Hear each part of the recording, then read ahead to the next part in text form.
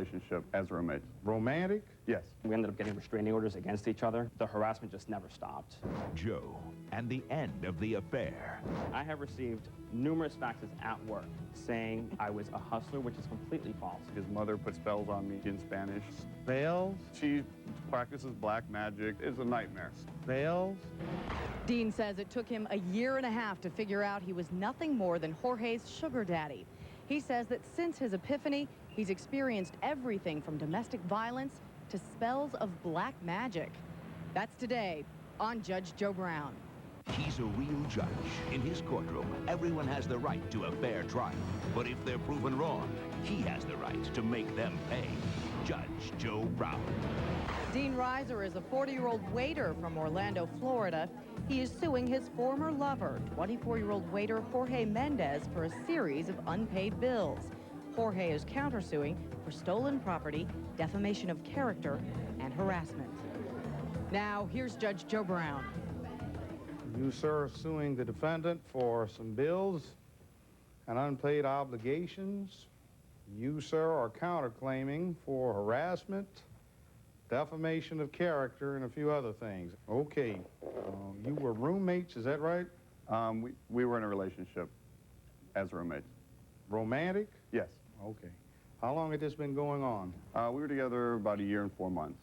So when did the problem start? Problem started is when I had taken care of things for a long time, and we made an agreement. Look, we'll get an apartment by ourselves as long as he would pay his share of the bills. I took care of things before that, but we made an agreement at this point. We will start paying half and half. And it lasted 2 months, and he couldn't pay the bill, so he took off and went home. He broke the lease? Yes, and I finished paying the lease in full. And what were your claim damages on that? Well, that would be half of 10 months of rent, which would come to, the rent was $673. Half of that is it's $36.50 is his half for the 10 months. And what's the other thing that you say? Well, the other, I do have a cruise that we took in October of '98. He was supposed to have paid, and he couldn't. He did borrow money from spending money from an ex-friend or something. The check bounced. I had to borrow the money, and I paid for the cruise. It was $1,000 with spending money. He never paid that back. I also have cellular phone bills itemized here for the year that he never paid me for, that total $972.57. What do you have to say, sir? What he forgot to mention was at the point of the separation, we ended up getting restraining orders against each other, at which point I gave him the option of either A, moving out of the apartment, I would take over the lease, or signing him off the lease, or breaking the lease and me paying for all that. He didn't want that. All he wanted was to live there and me pay for all of his expenses. While this is all going on, the harassment just never stopped. And we did have a bank account together, so I don't understand why he's saying that I never paid for anything. But what about the contractual obligation with the landlord? I agree with that. I fully agree with that, but I wanted to pay to break the lease. Well, did you do that? No, he wouldn't accept that. Well, let me see a copy of the lease. Okay, you get all that together. Miss Holly, I trust that the plaintiff has got his paperwork together. All right, let me see that. You keep going, sir, defendant. For the loan, when we went on the cruise, we both had the same bank account together. I wasn't employed at a car dealership. We were putting all our money together, and we paid with the check card. So I don't understand why he's saying that I owe him money for that cruise. All right, now, did you take it out of the joint account? There was no money, and there was not enough money for him to cover his expenses. I had to take everything out of my money. Also, he never... Well, did you get it out of the joint account? At the time, I took cash from a friend. Okay. And I also said that he could take the apartment, and he didn't agree. I tried to get his name off of the lease. He did not show up at the office to take his name off of the lease. It was never mentioned. No. Every time I tried to make an appointment, he would never show up. What do you have to say about the phone bill now? Again, we had all our money in the same account, and that was being paid for. We didn't have a 50-50. It was just like a relationship, a marriage. Well, all our money was being put together. No, it was not. Well, since you two were living in common law marriage. Pretty much. Okay. That's what you say. Now, how much did you put in the bank account? Whatever I was making at my job. I was a waiter. How much relative to what he was making was it that you put in his bank account? Not as much as he was making, no. Okay. Well, let's see. I'll look over this. Now, let me hear about your complaint relative to harassment. The harassment. Okay, I have received numerous faxes at work saying I was HIV positive, I was a male prostitute, a hustler, which is completely false.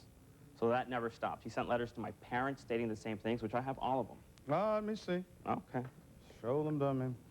This is the one he sent to my father and my mother. And the back it states what I just said. I also have a letter from the phone company saying that we had to change our phone numbers. The reason was he kept calling between 20, 25 times a day. So we had to change all our phone numbers in the house.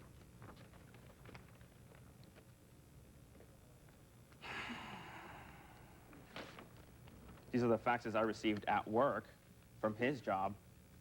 And I also have a letter that my job had to send to him stating to please not fax me anymore at work. Unfortunately, that didn't help. Okay.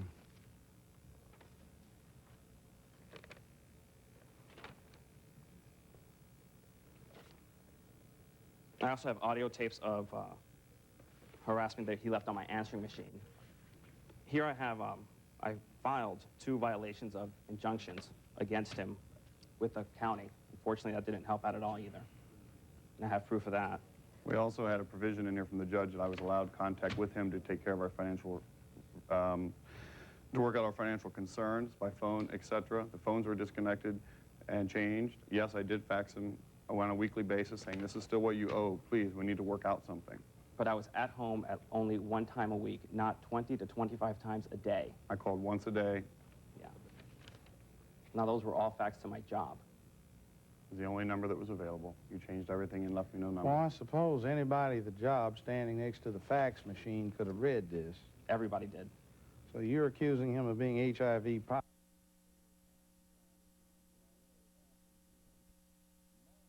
Of being a male prostitute, and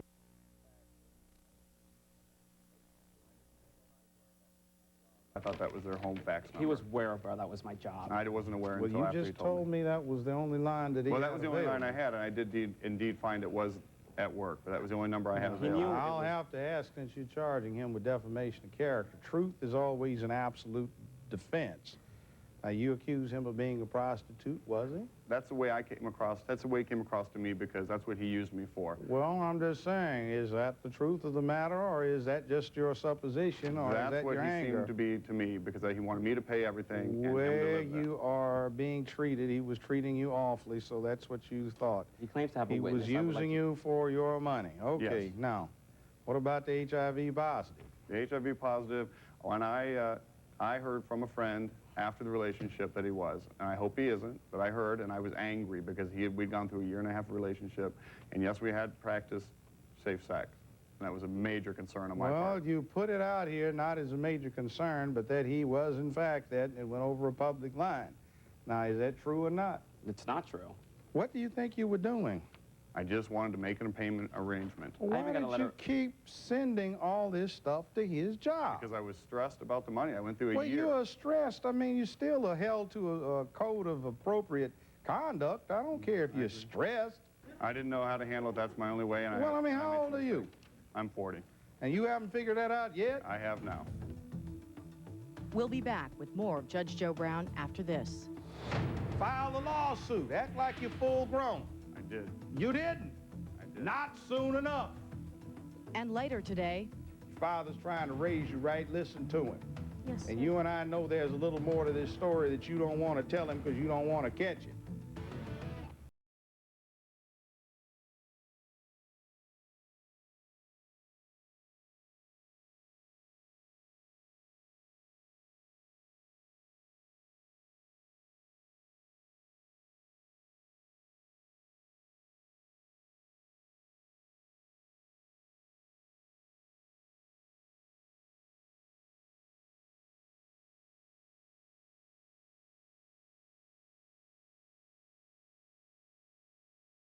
I'd like to make a collect call, please.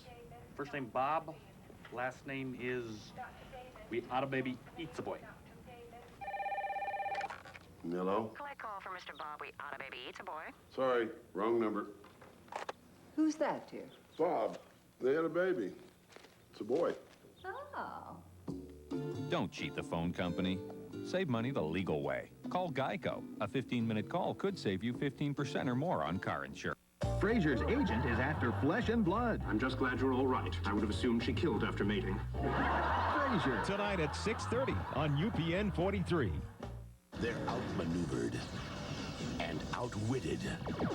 Millions of innocent people about to die when you detonate. But to stop a doomsday missile, It's just you and me now. there's only one way out. Initiate the self-destruct sequence. On the next Star Trek Voyager. Tonight at 10 on UPN 43. Painters, roofers, did you fall from a height at work? I want to get you all the money you deserve. Call me, 1-800-546-7777. I'm Jim the Hammer Shapiro. No matter how terrible you fall, I can help you only if you call me, 1-800-546-7777. It's comedy, comedy, comedy at Joe DeLion's Viva Debris Comedy and Magic Club. See the best live, nationally known comics and variety acts at the only club of its kind in Central New York. Whether it's a night out with friends, corporate function, fundraiser, bachelor or bachelorette party, we put the fun in your function. The comedy's hysterical, the cocktails are fantastic, the magic's astounding at Joe DeLion's Viva Debris Comedy and Magic Club.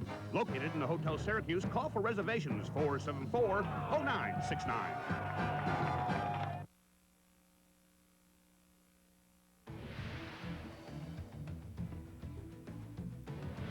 We're back with Judge Joe Brown. The plaintiff in this case is suing his former live-in boyfriend. He says their relationship ended once he laid down the law. Pay your bills or leave. The defendant is countersuing for harassment. Let's take a look. Let me hear the tape. What are we talking about here? I'm not going to be I need the money for the visa, and I need my rent ahead of time so I don't have to worry about it.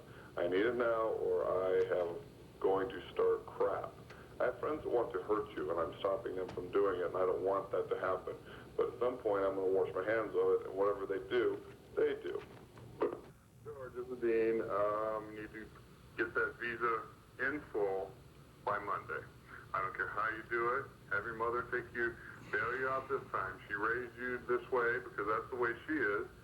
So, too bad. You're a user, and, you for money and clothes before, but not with me, okay?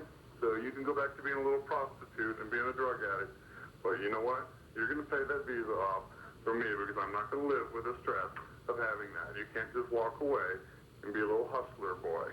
Do you understand? So pay me the money or I call you every day to harass you about it for the rest of your life, and I take you to small claims court. Good luck. And that was on my family's answering machine. Yeah, we had, I unfortunately did not save my audio tapes of his, the threats every day, my car being egged, his mother putting spells on me in Spanish.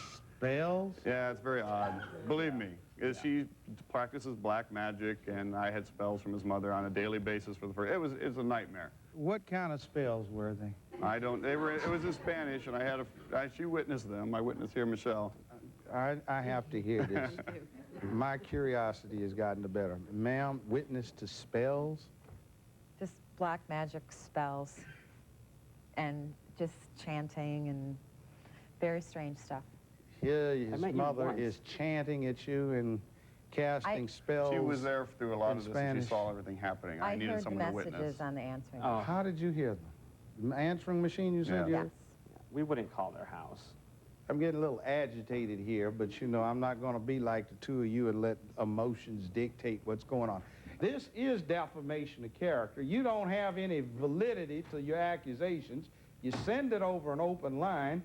You send it to this person's parents, and certainly they're going to be bent out of shape by it. You do it over and over and over and over, and it's harassment. It's defamation of character. If you'd acted like you had some sense, file a lawsuit. Act like you're full grown.